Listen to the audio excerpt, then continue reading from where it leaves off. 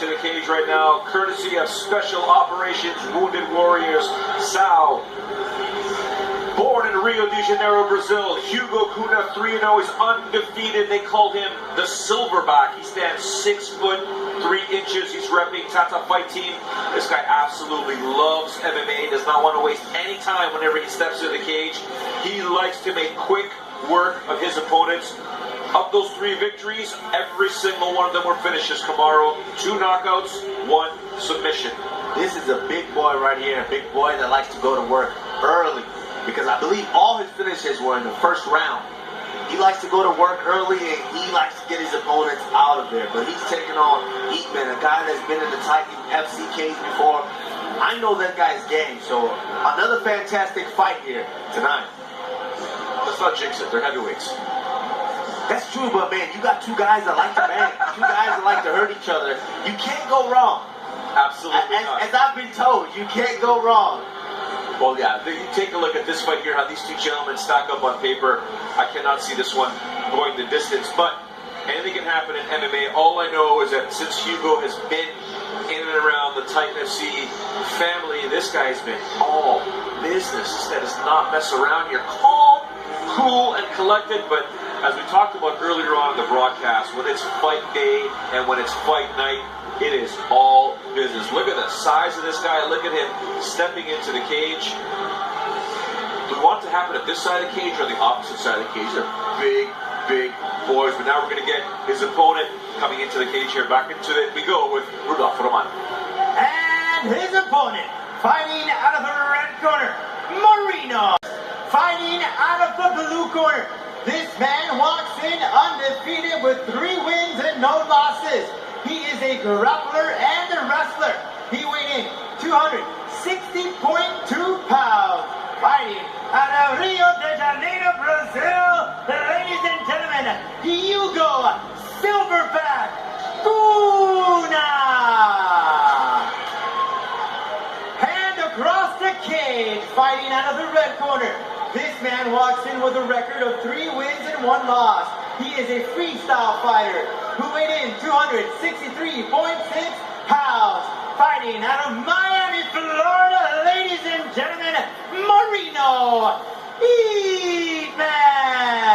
And when the action begins, your referee, George Alonso.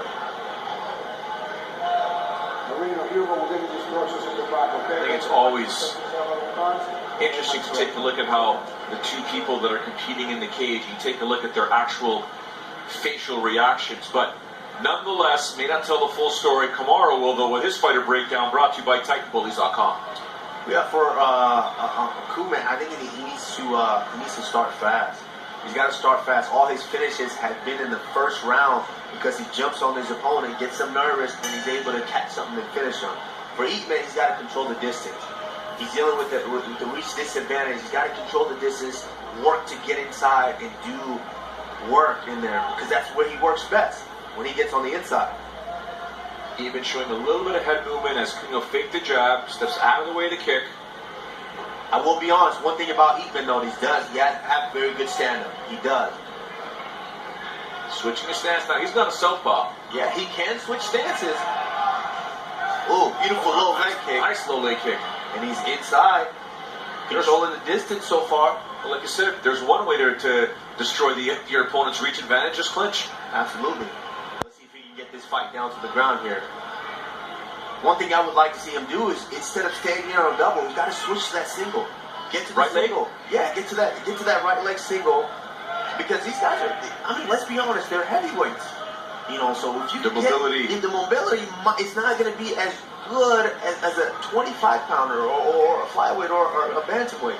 You got to look to get down there, maybe put 2 or 3 moves together and try to get this fight down to the ground.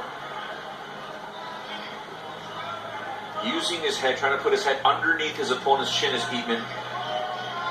We're going to realize that. Throws a nice left knee, though. Big knee.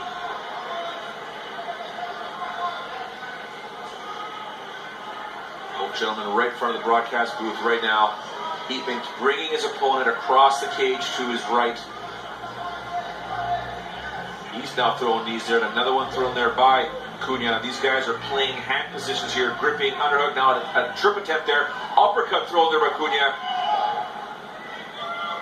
Yeah, Eatman is still controlling the distance here, and this is something that fight, you want to fight. You know, when you get in at the beginning of that first round, you're still nervous. Both guys are nervous until you feel that contact. And Eatman right now is doing a good job of kind of controlling distance. He's feeling these little contacts, these little shots to the side of the head. So when he breaks, that kind of takes away from the nervousness a little bit, so he can engage a little more. So you see Eatman now using his hips to control his opponent, but then sneaking a leg in there. Now, there you go. That's what you want. There's a signal. Now he's got to pull it out and look to run the pipe here. Pull it out. There you go. See, that's just one move. Everyone can defend one move, but it's when you start putting 2 or 3 together is when you can really get your opponent off balance and look to get him down to the mat. Now, for those that are not initiated, when he pulled, now he's got the separation there. We'll get to the single leg in a second again. I'll get Kamaro's thoughts on it, obviously, with his wrestling experience. Now they're disengaged. Look at that right hand Cunha's loading up with there. There it is. Oh, it took the low leg kick there for Eatman. Eatman now throwing the bombs up top there. Now, they're back in the clinch position. I want to go back to what you mentioned because you said he should be going after that single leg. He was able to get that grip. Pull it out is one thing, but there's different variations that he could have did there. Yeah, he could have ran the pipe, which is you pull it out, get your shoulder to the inside, and look to sit your opponent to the butt there. You can do that. And I guarantee you, for guys this size, that's a very, very effective move there. You could have done that, and when your opponent looks to defend, let's say he's a 25-pounder by heart, and he's able to bounce around and defend there, you could switch back to the double and go across and run the other side and finish. This time it was Eatman who decided to disengage. Now he's pushing his opponent back. Jab there thrown by the Brazilian. Good head movement, and he had that very sneaky low inside kick. It's very sneaky, as you saw earlier. There it is there. He's got his Cunha off balance. Well, one of the keys to landing a leg kick is to never look at the leg. Oh, some guys telegraph there, right? Yeah, good head movement. Look at Eatman, man. Oh, good attempt on that knee for Cunha. Deep breath now by Cunha. 45 seconds to go here. Opening round, scheduled for 3. There's Cunha. As soon as he turns his hip over, you know something. Oh, a nice knee there. Even felt that. Moving back. Uppercut thrown there by Cunha. Even doesn't matter. He keeps going. Oh, Another second time he did that. And he's got great timing on that kick there. High underhook there now by Eatman, using his shoulder, pressing his opponent into the cage. Cunha trying to get the plump, trying to get those knees in there. Now there's your signal. He's got to run that pipe to sit his opponent to the hip here. Less than 10 seconds to go though. Elbows, dangerous elbows in this position here. You can hear Cunha's corner begging him to continue to throw it hard. There we go, round 1 in the books. We are not judges, ladies and gentlemen, but it's interesting to see how the judges score that one. Who would you give that round to? Me personally, I'm leaning towards Eatman. I would lean towards Eatman because I feel like he controlled more of the action in that first round. I mean, both guys had successes with a couple of strikes here and there, but Eatman kind of dropped it. I guess you could call it dropping his opponent a couple of times with those inside low kicks. Let's take a look at some of the action there in round 1. As you can see here, Eatman, he doesn't even look, but he can time it perfectly and land those beautiful kicks to get his opponent down to the ground. Now, if you're in Cunha's corner right now, what advice are you giving him?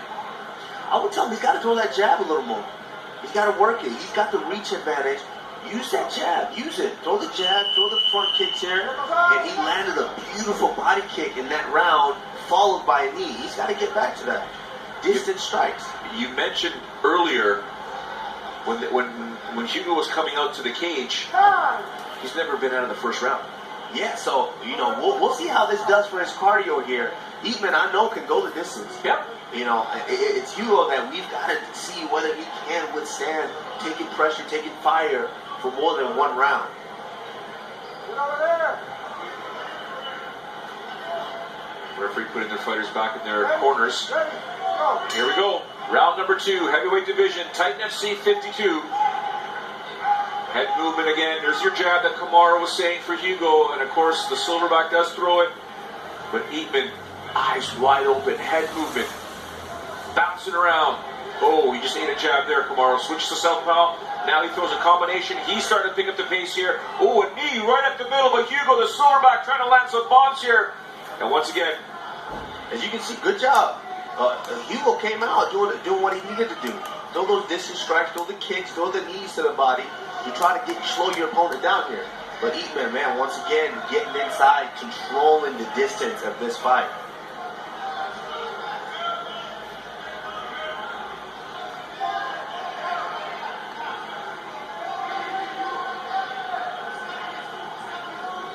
You hear the corner now.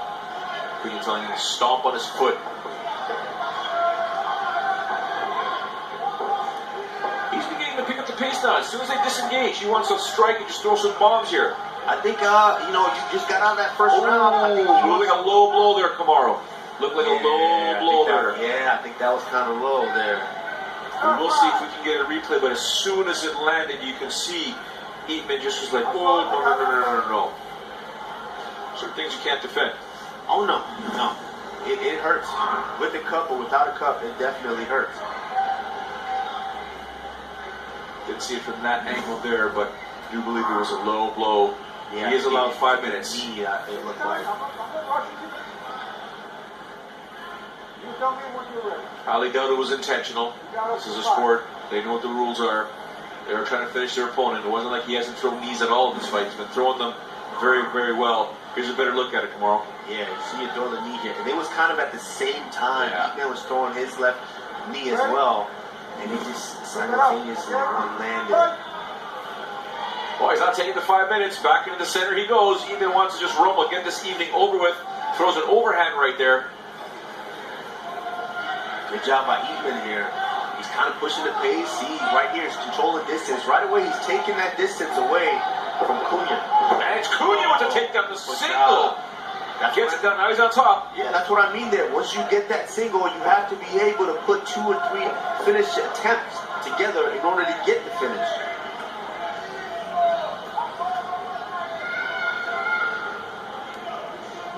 Gets his right arm free, now controlling, gets his left leg there, and he's past one leg, and he's starting to throw some bombs there. He got his opponent turning his back there. Referee's taking a look here. Oh, yeah. These are some power punches here. Referee's already got his legs down, getting in position. Yeah, this is not the position that I would want to be in with a 260-pound man. No, thank on you. my back. Referee takes another closer step.